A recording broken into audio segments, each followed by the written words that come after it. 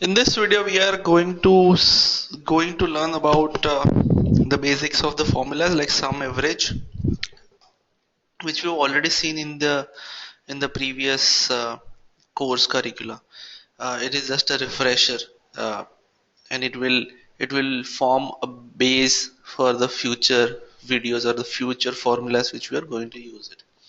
So over here, the data which has been given to us is again a monthly trading data which has been given to us over here, which we have to find out the total capital for pharma, total weightage for banks, and average impact cost. So this is all we have to find out as of now, in this particular example, with the basics of formulas, of course. So when we start with this calculate pharma total equity capital, so we have to locate where the equity capital is mentioned, or where the equity capital lies in the particular column. So over here, column D is the equity capital over here. So if we do the blanket sum and select the entire column, then we will get some number. If we divide this by crores, so ultimately it is like 53,000 crores, which is the total equity capital of top 50 companies in the index, which is Nifty 50. Now over here we have been asked to find out, calculate equity capital only for the pharma firms. So that data is also with us. Say the industry has been given to us, so we have to just look at the pharmaceuticals over here, and for pharma companies only we have to find the equity capital. So how do we do that? So there is something called a sum if s. So we will write sum if s, sum if and sum if s. Difference is, in sum if we can only have one condition or one criteria. In sum if s, we can have multiple criteria to do the sum.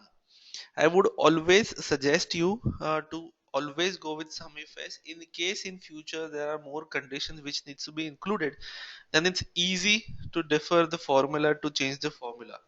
Sum if, you can also use that, but it will only take one condition. So in case in future you have to add multiple criterias, then you have to shift it to sum if s. So that's the basic contour. So we'll start with sum if s. First input is sum range. So what we are trying to sum, which is equity capital we are trying to sum. What is the criteria? Criteria range is basically industry. And what is the criteria 1, which is the first criteria, which is our only criteria, which is it has to be pharmaceuticals, and I will make it constant so that even if I drag in future it should not change the value. And I will close the bracket. So it basically says that, and I will divide it by 1 crore. So basically says that pharma companies have a capital of 635 crore, which are part of Nifty 50 stocks. Okay, that's the basic idea about the sum as a function. Moving on, we have calculate weightage of banks. Okay, so we have to first find out where the weightages are, and then again we have to sum it. So weightages are in the column F. If a blanket sum the weightages without any condition, then it comes to 100%. Okay, but we have to do it for banks only. Then how do we do that? Again, we can write sum if s. Not necessarily you have to write in this particular cell. You can write formula in any cell starting with w equal to. So you have to start your formula with equal to. We'll start with sum if s. What is the sum range? What am I trying to add? Add all the weightages for banks. What is my criteria range 1? Criteria range 1 is industry has to be banks. Bracket, comma. What is my criteria with whom I am going to compare? Where the text is banks. So I can either choose this or choose this or choose any other cell where banks are mentioned. Banks as a text is mentioned. And then I will make this constant. So in case in future if I drag it to some other place, uh, the criteria should remain the same. And I press enter, it says that in Nifty 50, banks have 24.93 percentage as a weightage. Moving on, so that's basically about SUMIF. So we have seen two examples. Over here we have been asked to calculate average impact cost. Over here we have been given the average impact cost percentage for each individual stocks. Uh, Now we have been just asked that what is the average impact cost. We can directly add this, which is sum, and which is 1.57.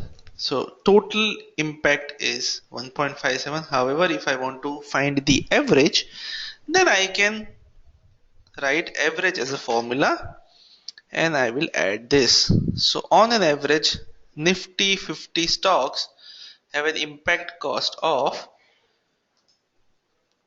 0.3%.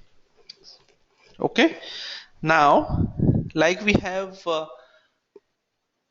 SUMIF as SUMIF in every in is an extension of a formula of sum. In average also we have average if and average if s, which has a function similar to sum, only the output is different because sum will add all the things, average will average it out, so it will basically sum of all the things divided by total number of count or total number of samples under consideration. So if I have 10 samples, so it will add all the 10 divided by 10. So basically that will give me an output. Other than that, all the inputs remains the same. So that's basically about our basic functions, which is sum if s, average if, and average if s. Last point, and again I am reiterating this fact, if you have multiple criteria, then request you to use if s function. Either it's a sum if s or average if s.